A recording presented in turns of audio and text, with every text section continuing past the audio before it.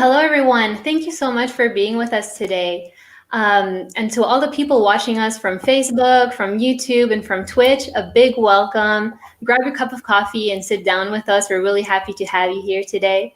Also, hello to the people who will be watching us from the future on our recording. You're not forgotten, and thank you for being with us as well.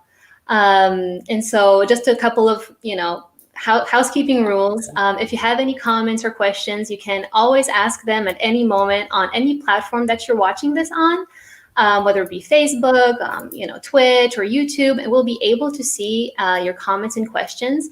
Please be respectful in them so we can take them into account and ask our panelists your questions at the Q&A section at the end of this wonderful conversation that we're going to have with our awesome panelists that we have today. We're very honored to have them.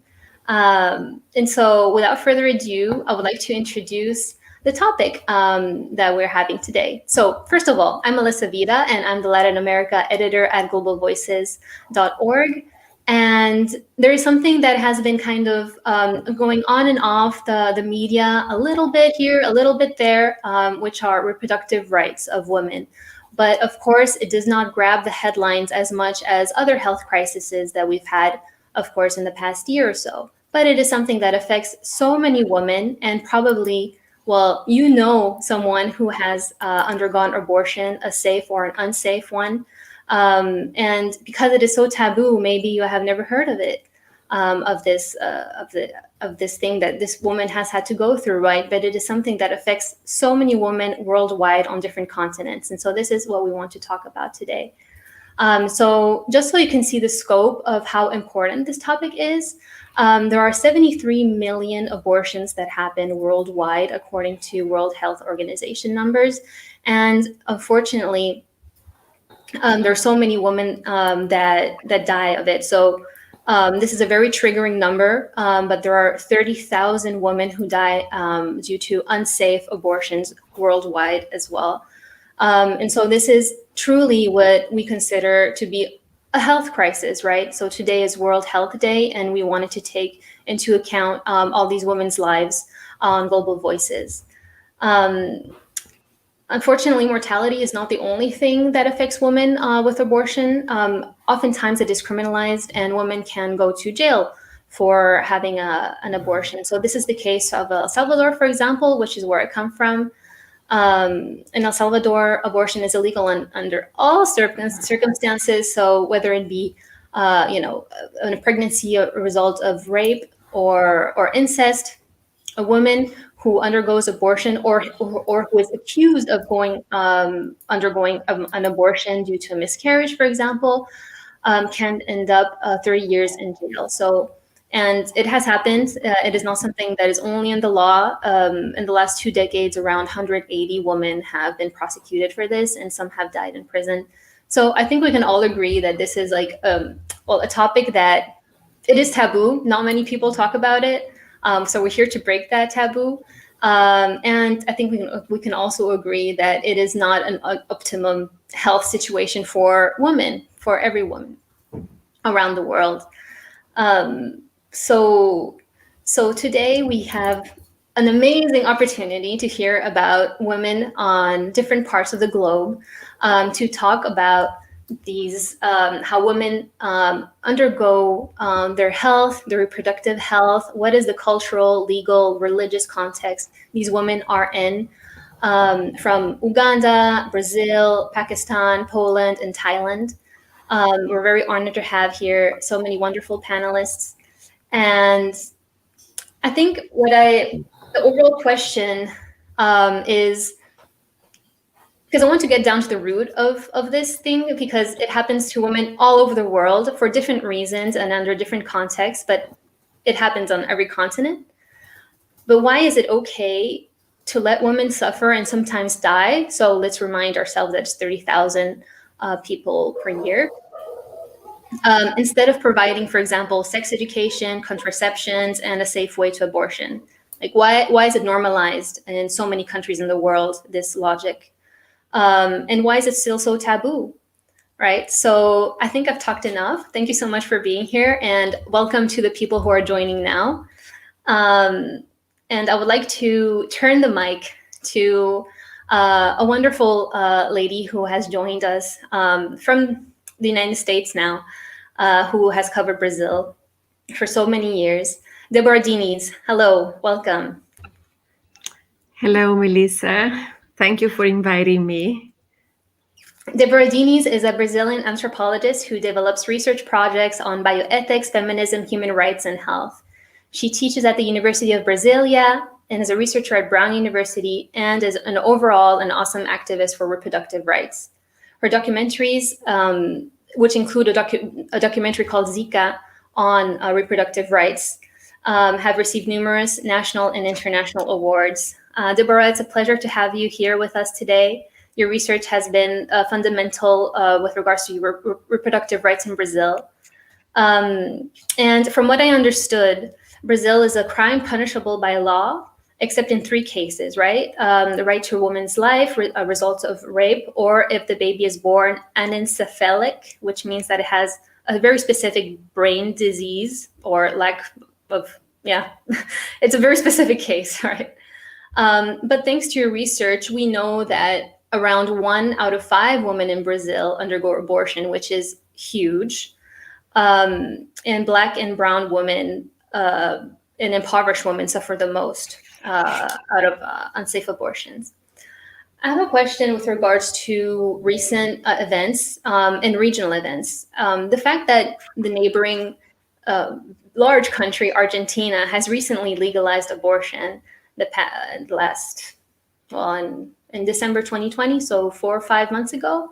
Has this had any impact in Brazil in the way it is talked about in the country? Have the people ignored it? Are there policy kind of debates? Is it something in the conversation or not at all? Or are people trying to ignore it even more right now? Thank you, Melissa. I would say that your question maybe can be split in 2 different moments. One is, how come that we know that at least 1 in 5 at the age of 40 had at least 1 abortion in life? Because sometimes it's really difficult to know the magnitude of abortion, because it's illegal, it's criminalized. How come that we know something like that? And the second one is your question about what is the impact, what was the impact of Argentinian new law in a country like Brazil? Is it okay if I organize the 2 in 2 different moments? Please go ahead. So we live in the region, Latin America and the Caribbean, that have the highest rates of abortion in the globe and the most restrictive laws. So basically, we're talking that women live in countries that will put them in jail if it's known that she had an abortion. So, and when we know, and it's good to open the discussion about taboo, that criminal laws, criminal policies are not the best way, not the most appropriate way to protect health need. And abortion is a health need.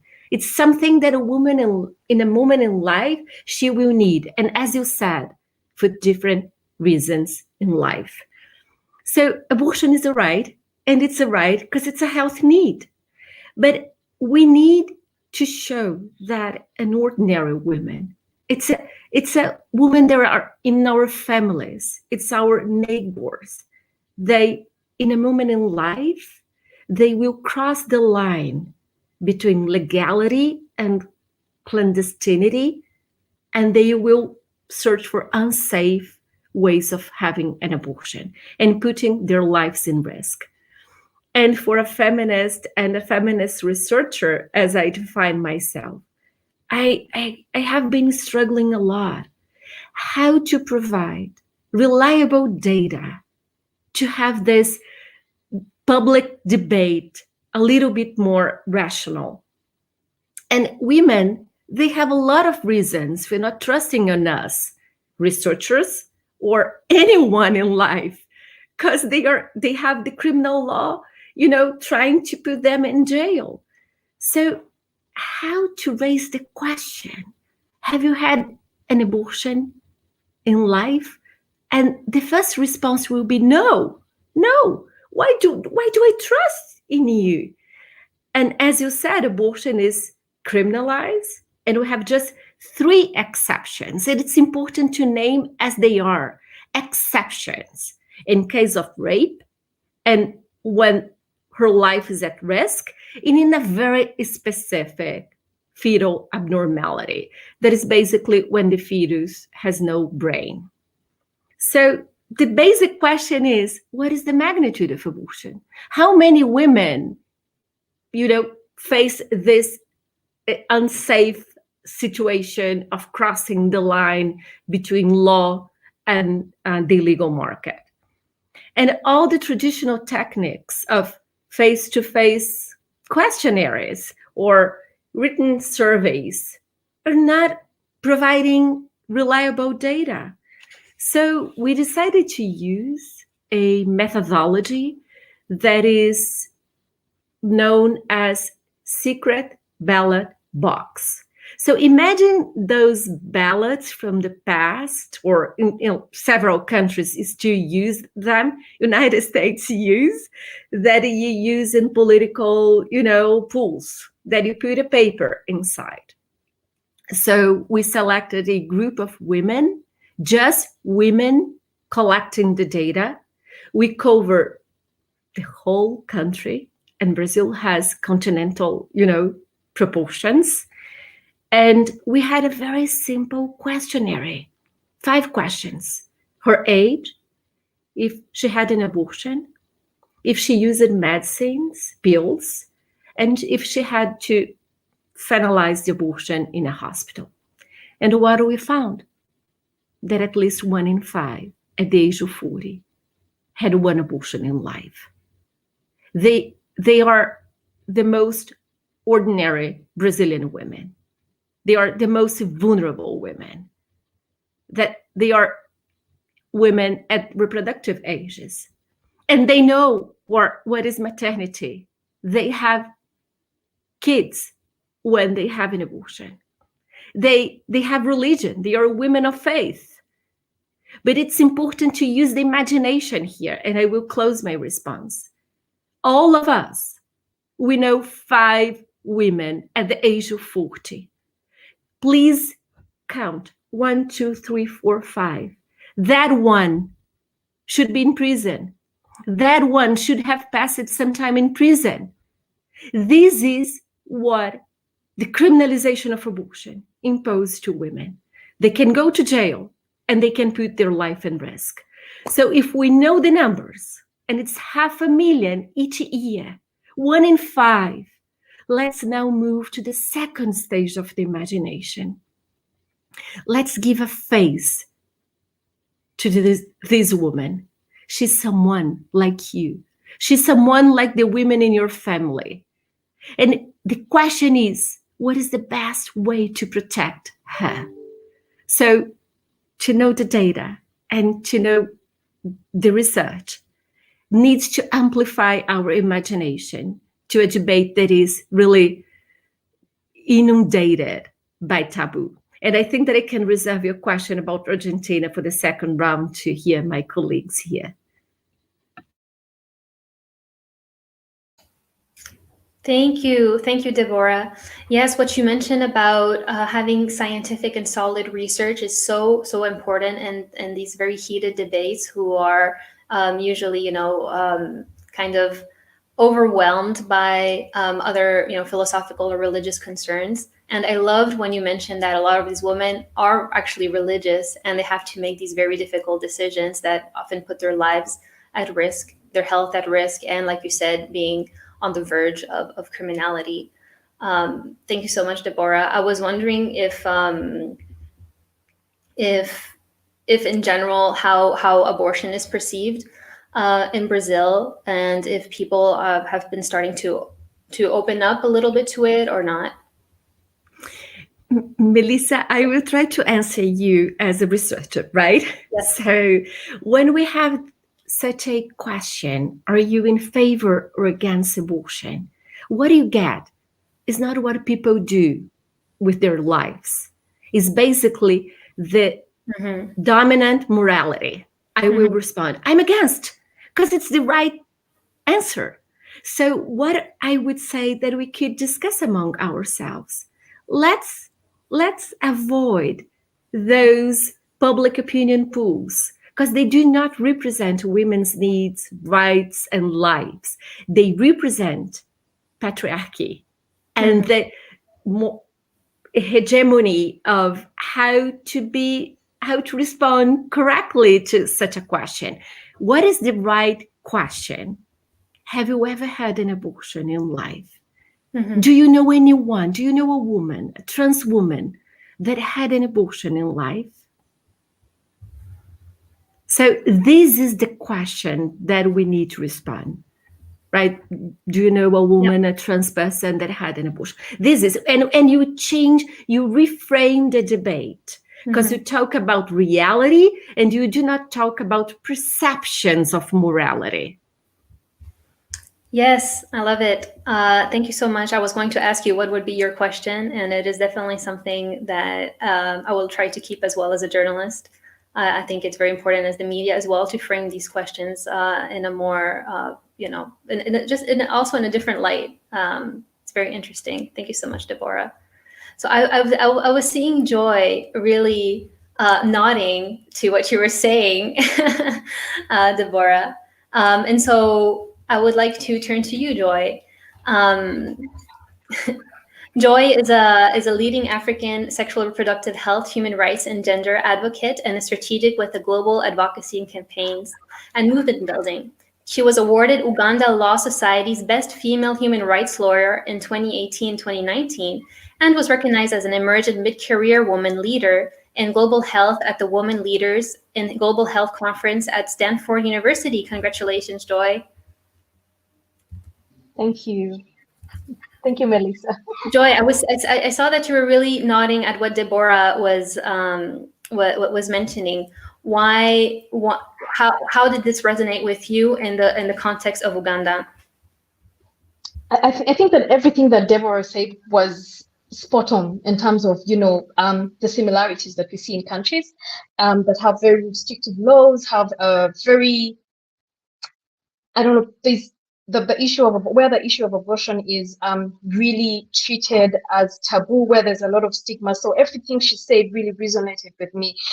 For instance, when she talked about the reality and how this manifests, I thought about the different levels that I've seen the taboo on abortion manifesting. For instance, when you talk about the societal level, I'm talking about the reality, or family and societal level, I'm talking about the reality for most women. I thought about a case that came to light in about 2014, 2013 in Uganda, a young lady called Chankunda. She was a university student. She had an unintended pregnancy. She went and sought an abortion. Unfortunately, abortion is very, very restricted in Uganda and only permitted to save the life of the woman, or where there's a fetal anomaly, and this fetal anomaly threatens the life of the woman. So there's even a qualification of that other second leg of the exemption. And Chankunda went and had an abortion. She had a botched abortion, and her body was bundled up and dumped in a forest somewhere. So what happens is it's all over the news. Ministry of Health does not come out to say anything. So there's taboo on discourse around the issue. Her family claims the body, takes her away and buries her, and nothing is said. So we try to follow up as activists and say, do you want to follow up this case? Do you want to find out what happened to your relative, to your daughter? And they're like, no, we're not talking about it because we've had it related to an abortion, and we're not having this conversation. So Debora makes the point about the reality. Looking at the lived realities of these women, I could also give other examples of people like Caroline Mother, a human rights activist in Kenya who died from a botched abortion. She was with her son, and her son call anyone, could not talk to the authorities, could not even have her transferred to, referred to a healthcare facility where she could get post-abortion care to save her life. So she died, and she was reported missing for about 6 days, and her body was found in a city mortuary. That's the level of taboo on the issue, that even when people are in life and death situations at a family and societal level, we've seen that people will not talk about the issue. They would rather bury the person, bury the memory of the person, and pretend that they never existed, because it's not something that they can see themselves talking about. And there are other levels of taboo in Uganda. For instance, Debora has also talked about the restrictive laws and policies. Uganda, the law that regulates abortion in Uganda is the 1950 Penal Code Act. It's the criminal code for Uganda. And imagine a health service that is needed by many thousands of women every year, is regulated not by a health policy, not by a public health law, but a criminal code, meaning that the standard and the way the process of abortion is looked at is that it's looked at through a criminal lens. And even when the health sector tried in 2015 to enact a policy, or to develop a policy called the Policy Guidelines and Service Standards for Reducing Morbidity and Mortality Due to Unsafe Abortion in 2015, that was led by the ministry in collaboration with stakeholders and WHO. It was passed in about June 2015, but because there is taboo on the issue, because the religious groups and the social groups are not comfortable with having this be a public issue that is regulated, that has, public, guidance or policy guidance on how it should be carried out, wrote to the Ministry of Health and said, no, we don't agree with this. We can't have a public a policy in place to regulate abortion. Please shelve this document until you consult, every stakeholder that is concerned. So there is taboo at the policy level as well. I also wanted to point out that Uganda is one of the countries that endorsed the Geneva Consensus Declaration, because that's also at a level of taboo. We saw the Geneva Consensus Declaration trying to, invisibilize reproductive rights, including abortion rights, by saying that these, they're not fundamental human rights and they should not be included in, they were trying to create a hierarchy of rights where these rights literally were not expected to appear, in the hierarchy of those rights, which is wrong. And Uganda, as a country that endorsed this appalling policy, shows a level of, taboo and trying to restrict and limit, a health service that is required by women. It's a reality that a woman at one point will either face the decision of needing an abortion or will need an abortion service. And so in terms of Uganda, the statistics are, we have a maternal mortality ratio of 336 out of 100,000 live births. That's the current, Ministry of Health statistics from the Demographic Health Survey. But 25% of those deaths are due to unsafe abortion. So we're saying 1 in 4, which is close to what Debora has talked about in Brazil. So it's a reality. And Uganda, in fact, in the region, in the sub-Saharan region, has one of the higher, if not the highest rates of abortion. So we really need to think about, how does this taboo manifest? How does it impact social, interactions around, programs and interventions? For instance, sexuality education, you've talked about that. Sexuality education in Uganda, comprehensive sexuality education in Uganda is taboo. We try to enact a policy, the Ministry of Education tried to enact a policy, but still cannot bring themselves to implement it, because parents cannot have, sexuality be something that their children are taught in schools. They'd rather, push that aside. But we're seeing that teenage pregnancies are increasing. And with the pandemic, the Ministry of Health itself says that in March and April last year, they saw a huge spike in sexual violence and physical violence against women. And these result into unplanned pregnancies and unsafe abortions ultimately, but no interventions, no deliberate interventions have been made, because it is taboo to talk about abortion. When we talk about our legislators who are supposed to enact laws, we've seen processes, attempts in 2015, working through the coalition Stop Maternal Mortality Due to Unsafe Abortion that I was the coordinator of for about 8 years. We drafted a law with the support of the First Parliamentary Council and the Ministry of Justice, tried to, have one of the private, the parliamentarians in parliament move this as a private member's bill, and no one could touch it. They say, this is a no-go area for me. How dare I stand up on the floor of parliament and talk about abortion? Is that the most important issue that we have as a country? Besides, my constituency has not sent me to talk about abortion. So it is taboo on all these various levels. And I just wanted to sort of share these, in my opinion, the levels of taboo, or the way in which these taboos manifest, and to start thinking about, I have some recommendations, but I'm sure you'll ask me about that later. And I have many practical examples that I would like to share if time allows. Thank you, Joy. So yes, you mentioned all these different levels of society that are impacted by the word taboo, right, on abortion. And to really understand and to get to the root of it, I was wondering, why is there such a taboo in your opinion? Where does it come from, and what are the arguments that people use to not talk about it?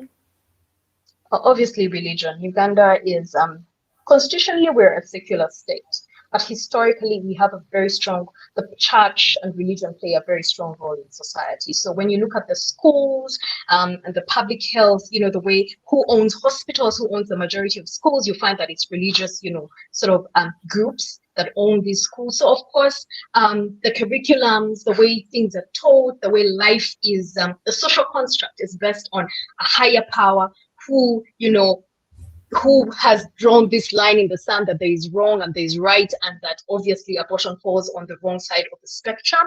So that is one of the sources. But I think also, culture. Traditionally, the taboo on abortion is not that there are no African, there's no history of abortion in Africa, that it is rather on, it shall not be talked about. It is not something that we as Ugandans, and I want to believe in many African cultures, because children are seen as a sign of blessing. They're seen as a sign of wealth, because they're a source of labor. Historically, when we used to till the land and, had animals, many children meant that someone was wealthy. They had a workforce. They could trade their workforce for food or produce their own food. So culturally, the taboo is around, shall not be mentioned. If you're doing it, you're going to consult an elderly lady or your auntie, your mother. It's between the two of you. If you die, they will bury you quietly and silently.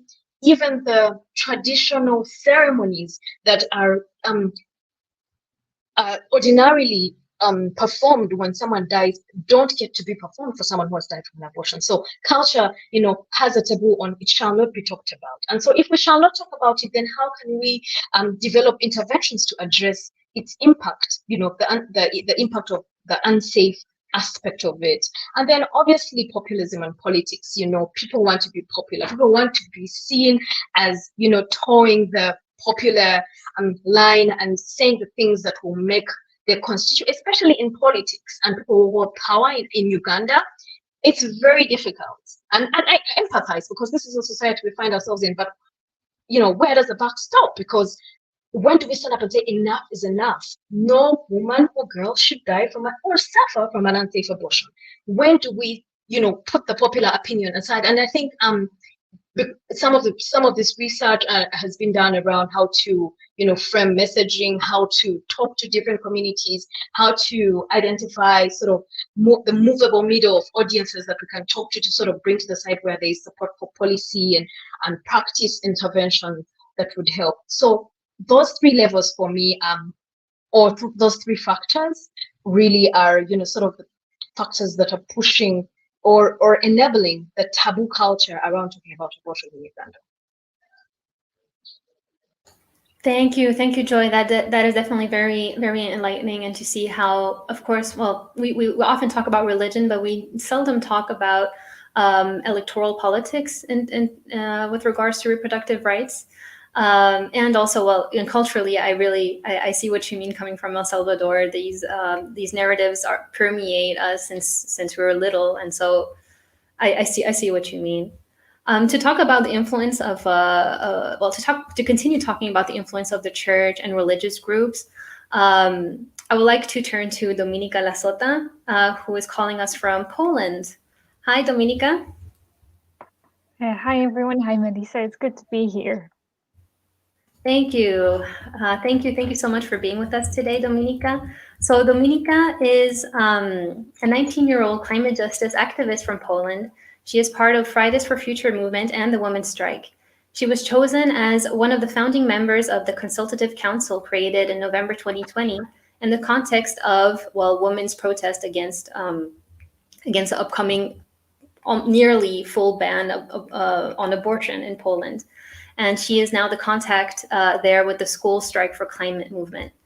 Domnika, I was wondering how you perceive the taboo in Poland and how it seems, because in a way we can see the world as kind of moving forwards and backwards with regards to women's rights, and what was happening in Poland kind of shocked Western Europe and the world as well. How did you see that evolving in Poland? What is the and also, as in your position as a climate activist, do you see any link in conservatism in politics with regards to environmentalism and to women's rights? Are they connected at all or not, in your opinion? Yes, absolutely. Thank you so much for the question. And just to begin with, it's an absolute honor to be here today and to be in the company of such incredible women from around the world. So I feel very privileged to be able to speak and exchange, especially on the topic of abortion and women's rights, because this is something that has been discussed and lived actually in Poland for the past few months very heavily, and there has been a heated debate. So I think having different perspectives on that and bringing those voices, especially now, is extremely important. When it comes to the taboo, I think I would prefer to first of all kind of set the context of how it actually happened, what has been happening in Poland, and then what might have been the intentions or the context in which which is, I think, perhaps helpful when we are talking about abortion. So in the past year, so obviously Poland as a country has had one of the strictest abortion and reproductive rights in the whole of the European Union since the 1990s, basically. We have been influenced largely by the church in Poland, and we had a very strict abortion regulations operating since 1993 when they have been established. However, what is crucial when it comes to last year is that the situation of abortion, the situation of women's rights in Poland has become much more severe and much more serious due to the current government that we're operating under. So in October of 2020, we've had the National Court, the Supreme Court, announcing a controversial near total ban on abortion in Poland, and abortion right now is allowed only in cases of rape or incest, or when the pregnancy threatens the life of the mother. So it is very, I would say, similar to the situation in Brazil. Polish hospitals at the moment and the medical practitioners are no longer allowed to carry out an abortion in the case of a fetal anomaly. And so Poland already, before this new ban has taken shape, had already some of Europe's most restrictive abortion laws, and around 1,000 of legal terminations have been performed each year. But an estimated of 200,000 women from Poland have been carrying out abortions illegally or traveling abroad for the procedure annually. So that is a massive number of women having to use some alternative options to carry out the abortion. The court in October justified its ruling on the grounds that an unborn child is a human being and therefore deserves protection under Poland's constitution. And the October ruling by the Constitutional Court found that the 1993 law allowing abortion in cases of severe and irreversible fetal abnormalities was unconstitutional. And the ruling, when it was announced in October, it provoked outrage from supporters of the right to abortion. And there has been the national protests against that ruling have erupted.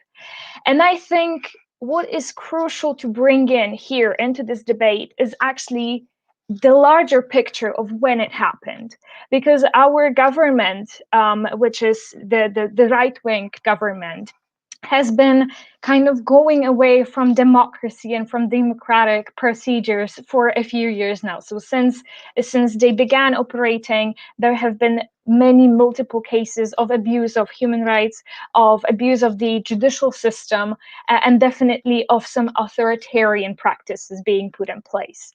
And so as the pandemic started happening in Poland, actually in March of 2020, so right at the beginning of the pandemic, the government has first tried to ban abortions practically in Poland. However, it has been met with national outcry. There have been obviously protests organized by women's strike, not physical because we were in lockdown, but eventually they froze this proposal to ban it. However, what has been happening alongside is that the government was not able to actually lead us through the pandemic. They have observed their support dropping, and they have started this struggle for power during the pandemic due to their failure with conducting and just leading us and securing us and bringing safety measures against COVID. So in May and June, there has been this large battle to push through the presidential elections. And during this, again, to bring in the support and to gain some political support for the party, they have started abusing the human rights of LGBT community here in Poland. We've had multiple attacks done by the politicians of the party of the government, and the situation has been extremely tragic. We've had an explosion of attacks on LGBT community here. So that was one of the cases of the government in the struggle for power harming and abusing human rights of just normal citizens of Poland. And then what happened in October actually is that we've had suddenly, due to the lack of preparation for the COVID pandemic, we've had the second wave of COVID. And suddenly, the citizens have started observing that, the government isn't dealing with the pandemic. They are focusing on political battles, on fighting for support or fighting for some finances for themselves rather than actually securing the society. And so one of their measures to kind of still make sure that they resist and they keep up the power was to harm women's rights in Poland. And so restrictions on the reproductive rights, as they would proclaim, those are means to secure life, but actually the real intentions were to abuse human rights, restrict women's freedom, and most of all, to secure more power by taking it away from certain groups in Poland. And Poland has been especially visible. The government has been visibly failing with dealing with the COVID pandemic. And so it started making various attempts to make sure that their power is still there and that they are able to dominate and to kind of be still in the position of privilege. So those actions are not just an element of a fear-driven power struggle, I would say. I would guess they are part of a wider system that we are all part of. And I think this is also crucial to bring in.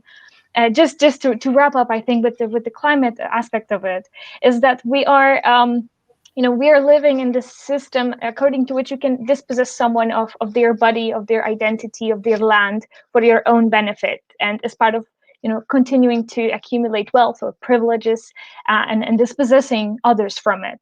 And such actions like banning abortions are kind of in line with the economic system, for example, that we operate in globally, a system that is based on colonizing other communities, other resources, and calling yourself the owner of the given resource. It's based on controlling it and using it for its own benefit.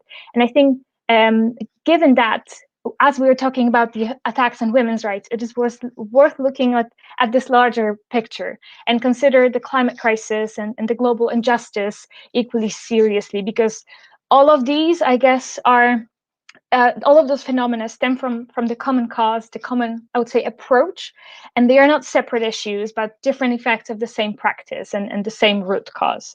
And I can definitely go into discussing the connections more and more, but I want to make sure we're all bringing in the voices. So if anything, I can follow it up soon.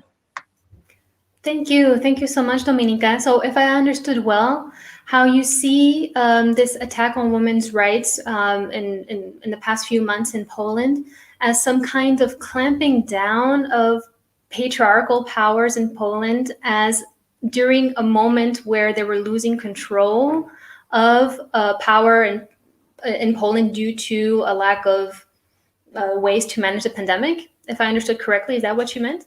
Yes, absolutely. Okay, thank you. That's a really interesting approach to see things, and definitely I can would love to talk with you more about the similarities between how politics are made with regards to environment and with regards to women's bodies. And I feel that we can talk about this for hours and hours, and maybe it's a topic for another webinar in the future. Thank you so much, Domnika. I see that you're going to have some questions afterwards, so. Let's just continue around the world right now. And I would like to turn to Umaima Ahmed. Hello, Umaima. Thank you so much for being with us today. Hello, thank you so much for inviting me to this panel. And it's a privilege that I'm amongst these amazing women who are working on such an important subject. Thank you so much for being with us today. So Umaima is a freelance journalist, and she was an associate web editor at The News on Sunday and The Nation newspaper. She has over 10 years experience in content, print, and online media. She also contributes to online, local, and foreign media, and she focuses on digital security, women's issues, and animal rights. She is also a contributor at Global Voices, and I'm really happy to have you in the community. Umaima, Pakistan has, according to what I've researched, Pakistan has one of the highest abortion rates in the world, which is a big number. Yeah. And from what I understood as well, abortion is legal only when a pregnancy is dangerous to a woman's health, or if there's a quote unquote need for abortion, which many experts claim that is a very vague term. I was wondering, in Pakistan, who gets an abortion and why, and what is the implication of abortion in Pakistan? Just in a general way, what is happening in Pakistan with regards to legislation and real impact on women's lives there? Thanks. All right. So I would like to start from a recent incident that happened few months ago. It was about a girl who was found in a hospital, and it was claimed that she had gone for an abortion to a midwife in somewhere in the outskirts of Lahore. And later on, it was when the case got complicated, she had to be rushed to a proper hospital. Later on, the parents said that it wasn't due to an abortion. She fell ill, and the case was obviously hushed up. And that is when an actual debate started in our circles and on social media. But that is not the first time that this debate is being conducted, or this debate has been a debate started off. It has been happening since a number of years. These feminists in our country have been working a lot on this subject and wanted to help women who want to get abortion done for XYZ any reason. And the reason they always say is, and we all believe to that, women have a right over their bodies. Nobody can control them. uh, our law is actually the law actually says women can only have an abortion in two cases: if she is unfit for it and her life is at stake. That's it. There is no other way that an abortion can happen. But that does not exclude the fact that abortions do not happen. Abortions are happening there. Abortions are happening in big hospitals, in small hospitals, in really small um, where midwives are available. They're happening with these quacks. They're happening with these homeopathic doctors. There are people who actually do this with even at your houses. The problem is they don't have proper protocols. They do not have proper equipment. And when things get out of hand, nobody is there to help them.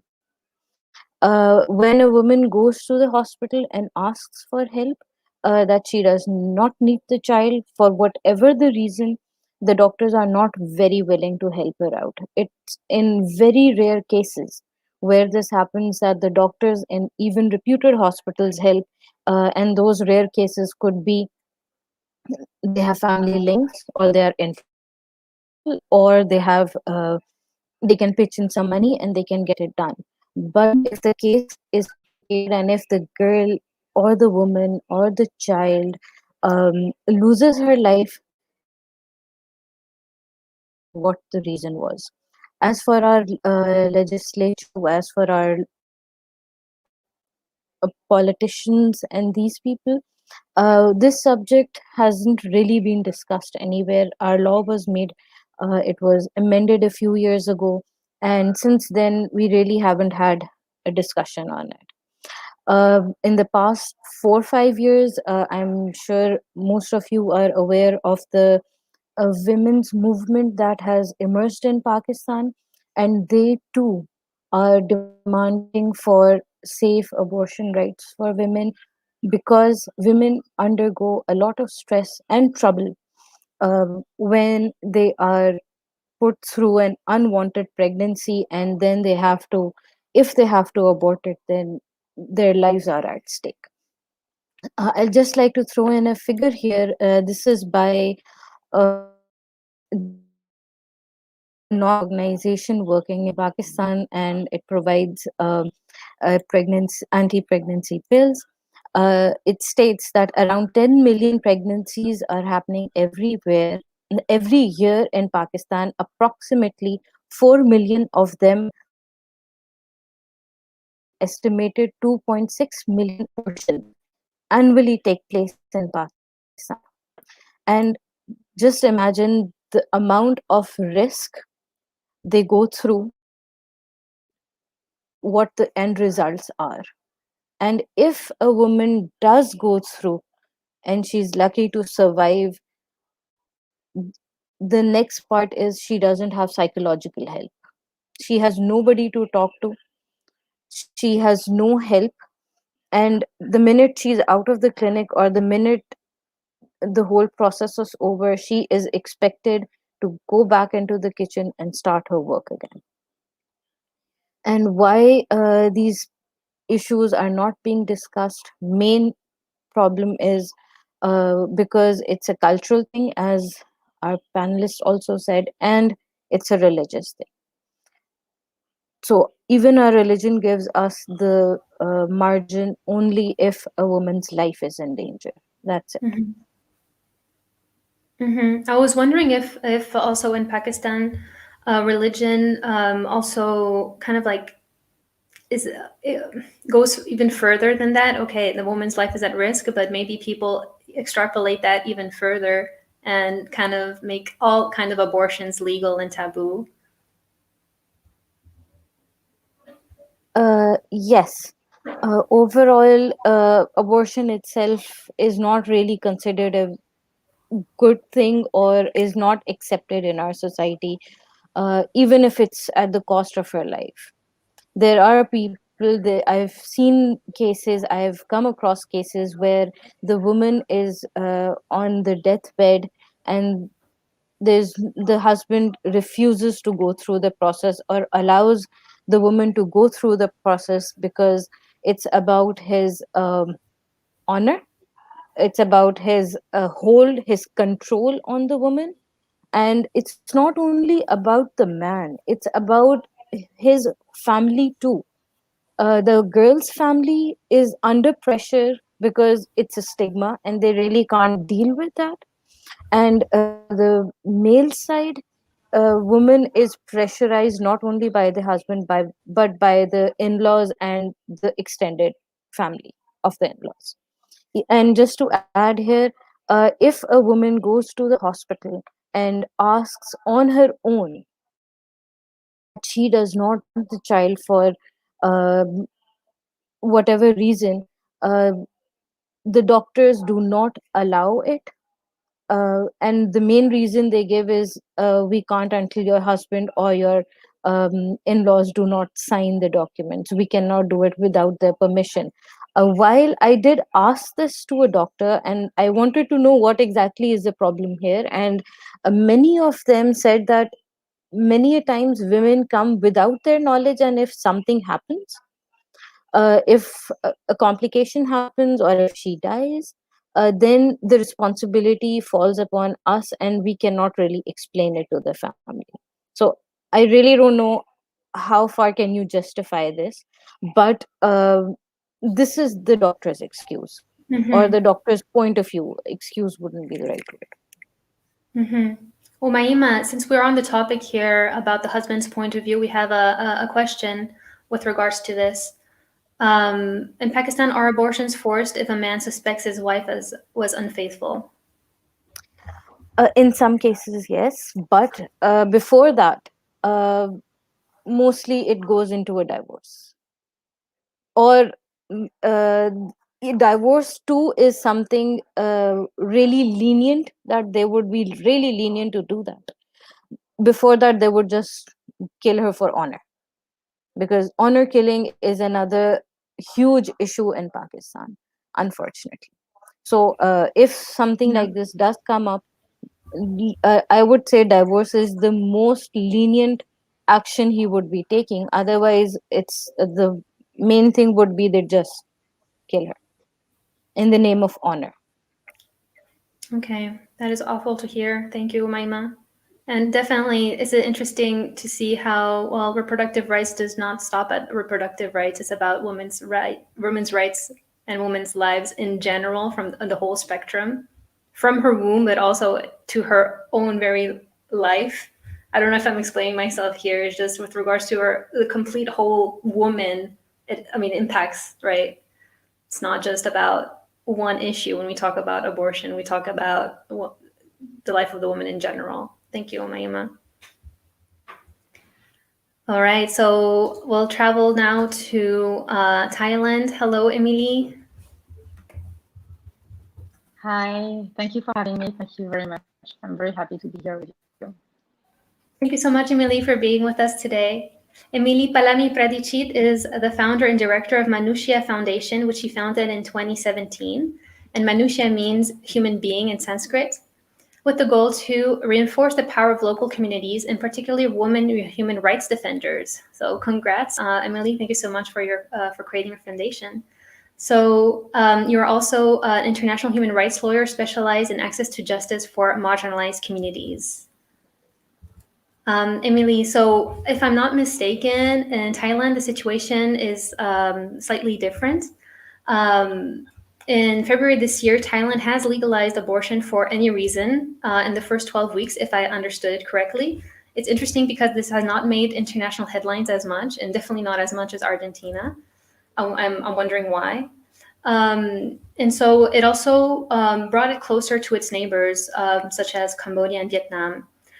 I was wondering what you thought about this legalization. Is it a legalization really? How do you feel about it? Is it progress or not? Thank you very much for this question. You know, when Thailand legalized abortion on demand up to 12 weeks of pregnancy, the whole world was looking at Thailand as a very progressive country, and the narrative was shaping in a way that it was such a great progress, it was just a great move for women's rights. But when you're on the ground and when you're working with women who have undergone abortion, and when you're working with women on the ground, and when you're looking at their real needs, you realize that what Thailand has done, it's maybe a first step in the positive direction, but abortion is still a crime. So a woman will be able to undergo abortion within the first 12 weeks of pregnancy on demand, but beyond 12 weeks, abortion still remains a crime.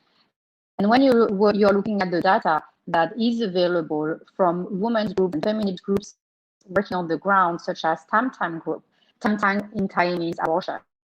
And so we have a hotline, and they're providing counseling, and they are receiving a lot of data from young women and women on the ground.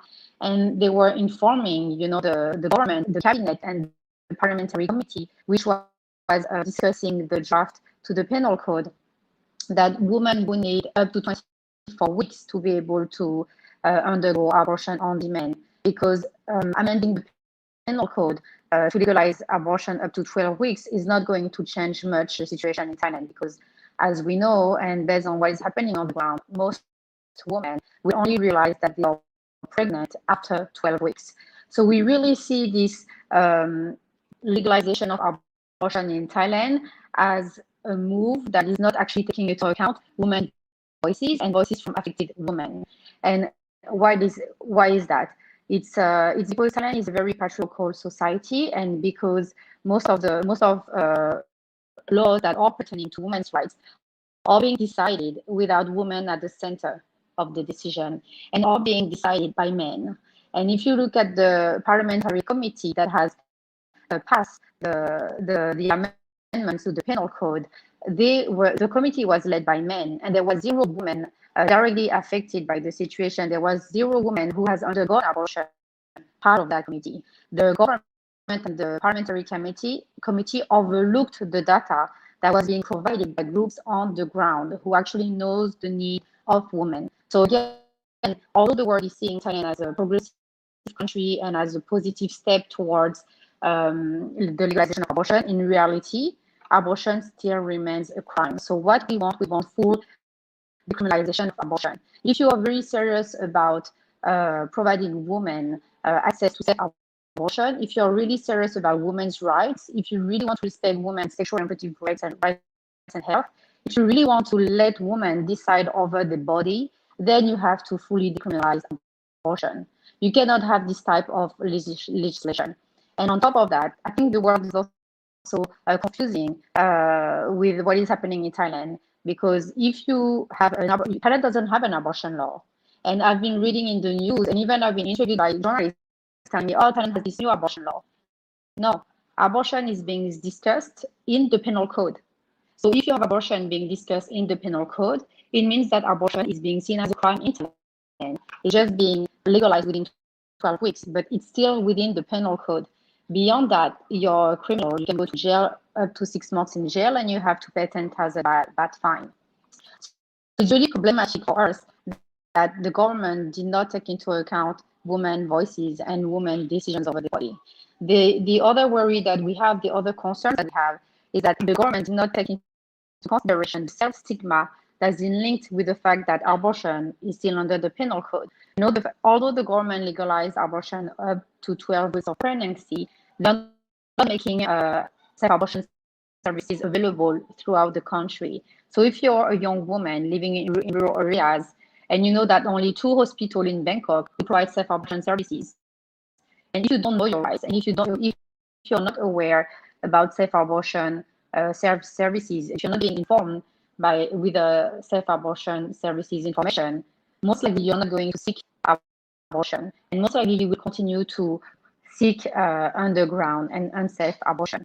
If you look at the case of Thailand, you have official data of 2015 showing that there's an estimated number of 200,000 unsafe abortion every year. And it's a 40% of fatality rate, which is 300 deaths for 100,000 abortions. And if you compare that with developing countries, in developing countries, you have 1 death for 100,000 abortion. So you see the huge gap, and the gap is coming from self-stigma, the gap is coming from cultural and religious belief, the gap is coming from the fact that the abortion and women's rights in Thailand are being discussed and decided by men, and women are not put at the center of the decision. You know, there's this there are all public morals in Thailand that separate women between good women and bad women. So bad women are those who undergo abortion. And so even if the law has changed, there's still a lot of work that needs to be done within Thai society to change the mindset, and also to empower women to own the right over the body and to dare seeking safe abortion. Émilie, I was wondering if in international coverage, for example, if you've seen some kind of almost romanticization of Thailand's situation, particularly with regards to Buddhism, which is the prevalent religion in Thailand and neighboring countries, compared to other countries, like all the other countries we've been talking about until now, who are very much influenced by Catholic Church or Islam. Have you seen this? And so do you feel like it is something that should be set straight? So obviously the Buddhist religion is one of the obstacles and barriers when it comes to decriminalizing abortion, when it comes to fully decriminalizing abortion in Thailand. In Thailand, when you undergo abortion or if you want to abort, you're being categorized as a bad woman, and you're being seen as a woman who has bad karma. You will have bad karma. You will shame your family, and you know, in Buddhism we believe in reincarnation. So you are not allowed to kill the soul of the fetus, because in Thailand, the Thai legislation considers that the fetus is already a baby.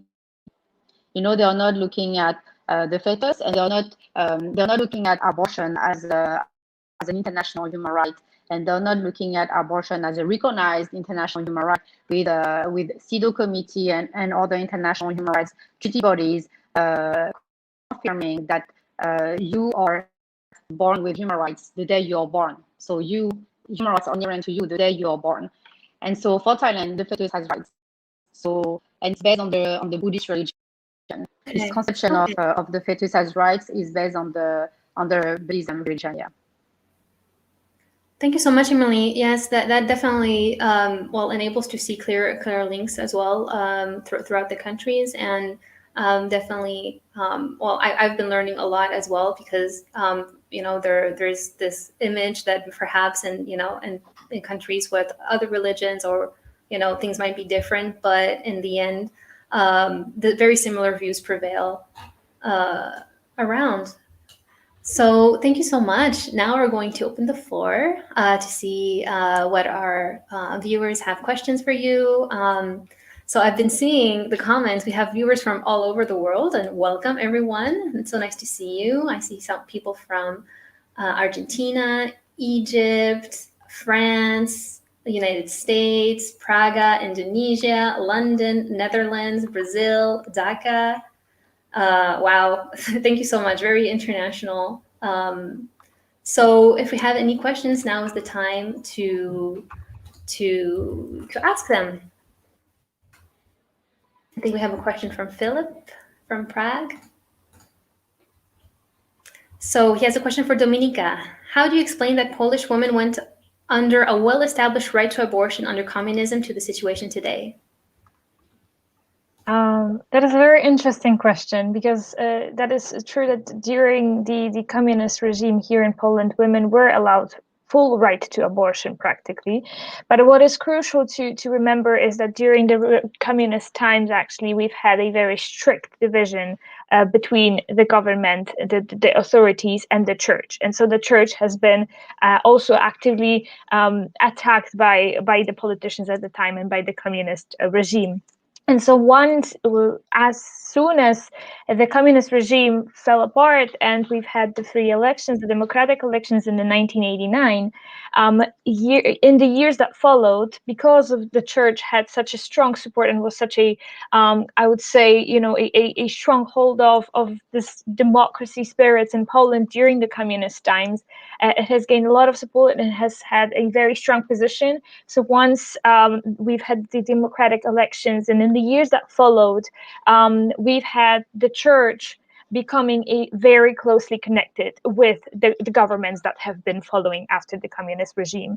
And so with that influence of the church, and with that being kind of, the church has become kind of clearly established, the role of the church within the political, I would say, mechanisms, and the political system in Poland has been clearly connected to it. And since then, you know, the church has had a very strong role in dictating some of the policies that have been established, including the restrictions actually on the abortion rights and the reproductive rights that have been happening and changing in the 1990s in Poland. And so I would say definitely that the key element here was that during communism, the church has been disconnected from the political scene, and after the fall of communism, it has kind of gained its power back. But I would definitely say that, you know, despite the different systems that we were operating with, and despite the fact that during communism the abortion was allowed for Polish women, you know, we've had a historical, institutional, structural, I would say, discrimination of women historically. So definitely the situation was not right even then, and it's kind of a constant fight for freedom, I would say. Thank you, Domnika.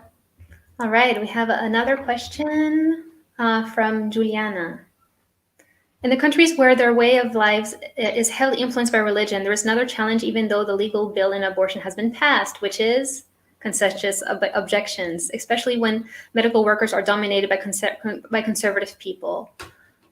So we have another comment as well from Argentina, who says that in some provinces in Argentina, almost all doctors have claimed the contentious objection to refuse practicing legal abortions and even put obstacles to derive the patient to someone else, to refer the patient to someone else.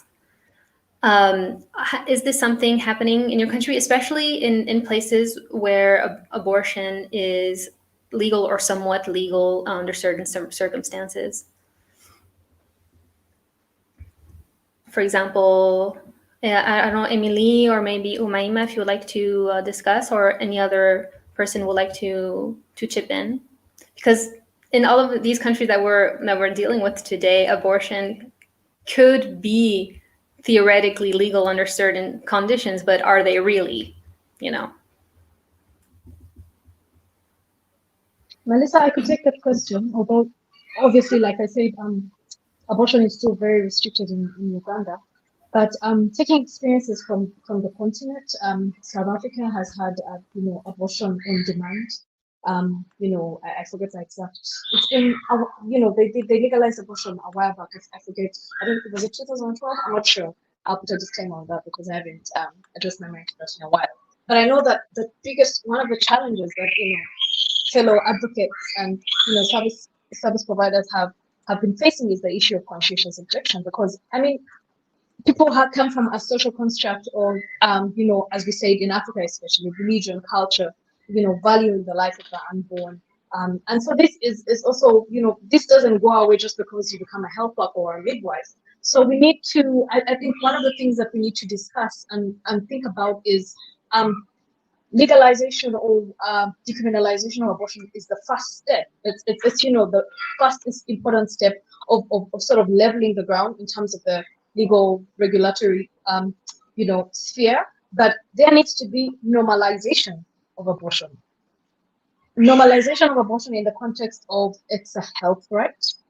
It's demystifying and debunking myths about the safety, the effects, the after effects and impact of that happen to women after they have abortions. Because what we're seeing is religious fundamentalists are really riding on stigmatization and sort of blackmailing health workers, policymakers, and they've really gotten a lot of mileage from spreading this kind of pseudoscience and false claims about the impact or the effects on a woman when they have an abortion. So I think following legalization and knowing and recognizing that conscientious objection is the personal right of the doctor that we cannot take away from them.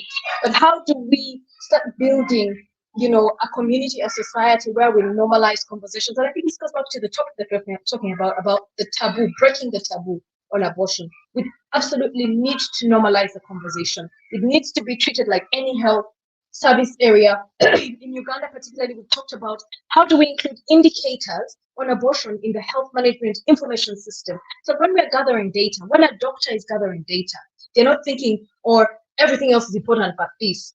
Rather, this is part and parcel of the key health indicators of the patients and the clients that I see, and I need to collect this data. So I just wanted to jump in and say that I think the conscientious objection is something that we need to deal with realistically. But how can we normalize, these discussions? How do we take away the stigma that is attached? Because I think also the choices that doctors make in conscientiously objecting to providing abortion services is based on stigma, on the taboo that surrounds the health service. Thank you, Joy. Yes, indeed, it is a process. Debora, if you would like to add something. Yeah, it's just to follow Joy. I will say that we can understand conscientious objection as a honest and true belief of someone and as a medical practitioner. But let's ignore that for a while. Because if you do have any private belief or any private limitation, you should not be a medical physician or a nurse or someone in charge of taking care of women who need an abortion. So I would say, if you have a conscientious objection, refrain yourself of being at the forefront. Leave that space to those that can take care of people without any judgment. Because what we see in Latin America is that conscientious objection has been used as an instrument of abuse of power. And it's a form of discrimination. So we need to flip the coin and start naming it as it is. It's an abuse of patriarchal, racist power, of using the power of saving lives to impose barriers.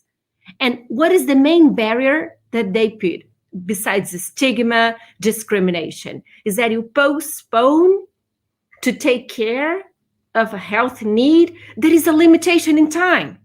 There is a deadline. So when you do that, besides the harm on women, it's a discrimination. It's unfair. It's torture. So I really want that we, as feminists, we need to challenge some of the concepts that emerged in something quite important as unfair wars that are now used against women. Thank you. So Joy put forth the need to bring awareness, right, and to sensitize and to normalize abortions as a woman's health, right? And then Debora, well, from what I understood, it's almost not allowing, in a way. If you push your logic until the end, it would be to not allow doctors to practice if they have these limiting beliefs. I follow you, Melissa. I will not say allowing. Is that if you are a physician, you can choose. You have space to decide where you want to practice your skills. Leave those spaces that women need someone free of judgment, free of persecution, free of discrimination to take care of them. So I'm not being the one to impose any barrier to them. I'm just asking them to use their power in a fair way. Okay, I understand. So really leading people into reflecting on their own position of power in these situations. Thank you, Debora. And Joy, we have two last questions that kind of interlinked and kind of ask the questions of what do men do, heterosexual men, in this debate, or even not necessarily heterosexual men, but what is the position of men and people who identify as men in this? So we have a question from Cole Yorton. What do you think about the men's rights activist beliefs that men should too have rights over their unborn child, which is to them 50% theirs? So he didn't ask for anyone particular to answer. If there's someone who has any thoughts on this. Oh yes, and the second question from Philip. What needs to be done to bring men on board and educate them about this topic, since alas, they are still in the decision-making seat? Yes, Émilie? Thank you. I would like to take the question of that men's rights over the rights of the unborn child, 50%. I went through abortion myself when I was 25. And I took the decision myself because it's my right of the body, And at the end of the day, if I hadn't taken the decision for myself, I wouldn't be where I am today. So I took a difficult decision, but it was for the best of my future. So I think when we're talking about abortion, we're talking first about women's rights and over our own body. So I don't think that some people may think that men have the right. Have the rights over 50% on the unborn child, that the pro-life people would think that. But as a woman who went through self-abortion, I don't think the same. For me, it's my right over my own body. And it's the same for most of the women who undergo abortion. It's our right over our own body because it's our life, our future. It's not just a question of health. It's a question of every steps in our life. It's a question of the future, of our own future. It's a question of our mental health. It's everything that pertains to us. It's about our own life. So it's our decisions over our body, but also our own future. And to the other question related to how do we get men on board? So in the situation of Thailand, for example, there were two propositions that were submitted to the Parliament Committee. There was one submission. There was one amendment proposal that was submitted by the cabinet, and that proposal was led by conservatives. So it was led by the royalists and people already in power, old men, patriarchal men who don't want to see any change and who were following the old public morals and the religious beliefs. And you had another proposal that was submitted by the opposition party in power, which is the Move Forward Party. And that opposition party was led by men, and that proposal was led by men. And it's simply because the feminist groups and the women's rights activists here we were able to lobby them, we were able to discuss them and explain to them that based on our grounded data, we need to have amendment to the penal code that would allow women to undergo self-abortion up to 24 weeks, because it's based on the ground. So the opposition party, led by men, who are mostly young men, were totally open to the discussion because they are seeing Thailand as a country that needs to embrace gender equality and that needs to put women at the center of the discussion. So they put forward that second proposal. But unfortunately, since we are under a military-backed government, and since that military-backed government is has most of the seats in the parliament, they voted against that second proposal. But it's possible because of Thailand, feminist groups, we were able to lobby that political party, and these were many men listening to us. So I think when you have the grounded data, when you have men from the younger generation, and I think we also need to talk about the age gap. Most of the time the conservatives are old men with the old public morals and with the old religious beliefs. When you are dealing with younger generation, with younger politicians, it's possible to discuss. But then unfortunately, the political party in power is not in our favor. Thank you so much, Émilie, and thank you for sharing your personal story with us. And I mean, it's very important for you to speak your truth, and we thank you very much for it. And it is indeed sometimes important to go back to the basics about this debate, which is what we're trying to do as well. And also, thank you for bringing us hope in your generations of men and women in this fight. So, and from your perspective from Thailand, thank you so much. So we have one last question, and this will be our last, from Argentina. So what Luna is asking is whether the green wave from Argentina is having some kind of effects and debates in your countries and other regions of the world.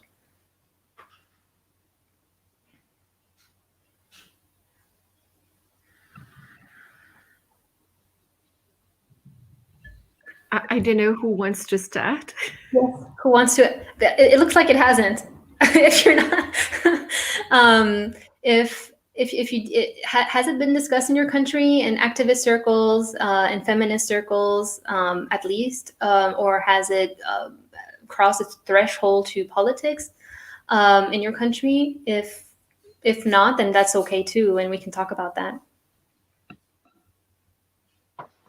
I think if I can just maybe quickly join and jump on that.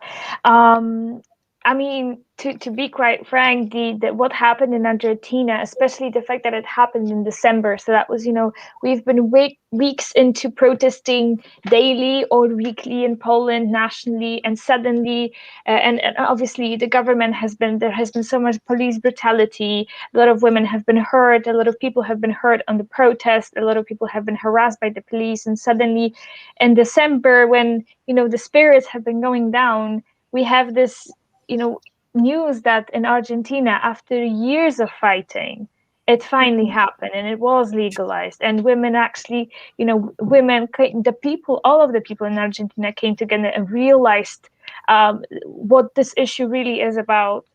I cannot begin to tell you what a joy it was to hear that. We've had, my friends have been sharing it on social media. The whole women's strike was celebrating it too. We even kind of put together like the green scarves too. So I have one in my room too. All of my friends have these.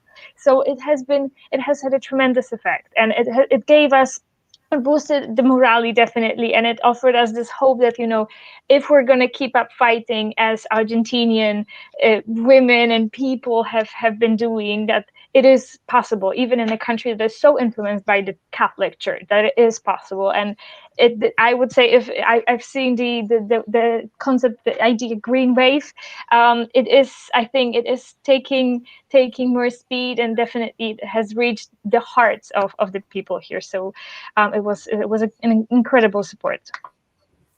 Thank you, Domnika. Would anyone else like to add something about the influence of Argentina's green wave in your country? I can just go ahead. Okay.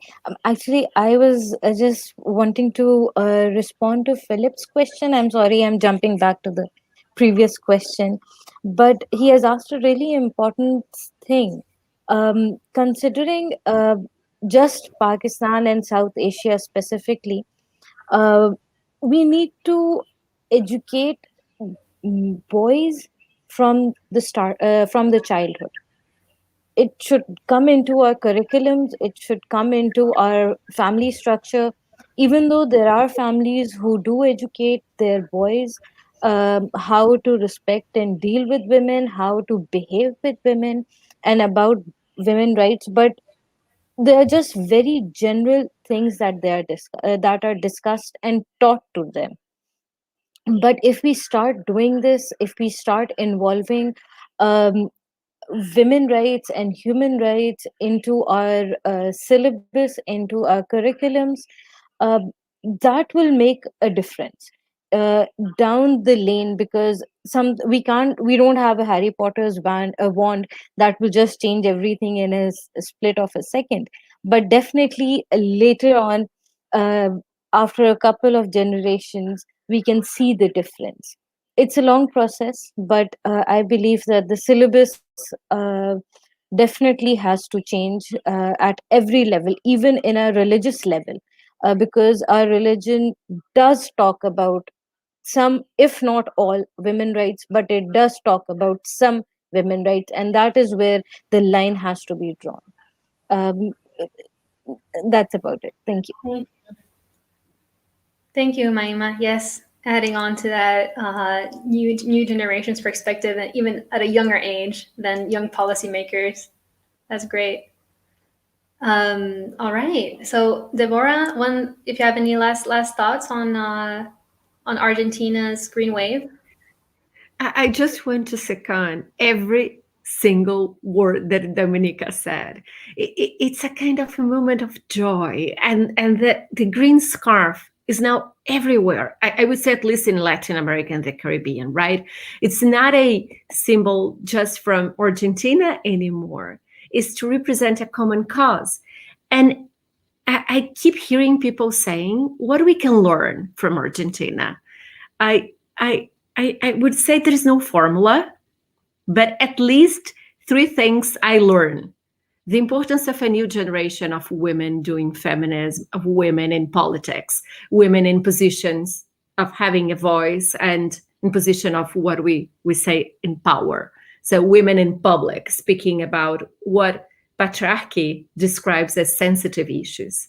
The second one is that we need a broad alliance on our causes. Feminism needs to speak with environment issues, and it needs to speak with racial equality, and so on. And it's what happened in Argentina. And the third one for me that is wonderful is that we don't need a centralized movement. It can be a mass. And they get together and they find a way. So let's move apart from this idea that we need a leadership and a group that get together and have a common agenda. No, let's work with a mass. So it's that. Thank you. Yes. I love the excitement in the panel, and I hope our audience can also feel it. Thank you so much for joining us all today. If you would like to learn more about the green wave in Argentina, and if you just understand a little bit of Spanish, we did a webinar actually only on this a month ago on the impact of Argentina's green wave throughout Latin America, and we specifically focused on Mexico, Honduras, Venezuela, and Chile, as well as Argentina itself. And so we go into depth about this. You're very welcome to watch it on Global Voices. A huge thanks to Umaima, Émilie, Joy, Debora, and Domnika for your presence. You are legends. We are so happy to have you on Global Voices today and to talk about this. I'm definitely feeling energized. Even though we're all here in our living rooms, right? But I could feel a good energy here. Thank you so much. And to our audience, thank you so much for all your comments and questions from all around the world. We're very humbled to see how Global Voices is truly global in its true sense. Thank you so much for joining us today, for your thought-provoking questions. And you can follow Global Voices at globalvoices.org. You can also sign up on a newsletter there where you can follow our future webinars. We're going to have a webinar next week, I believe, on Myanmar situation. And so thank you so much for everyone for being here. See you next time.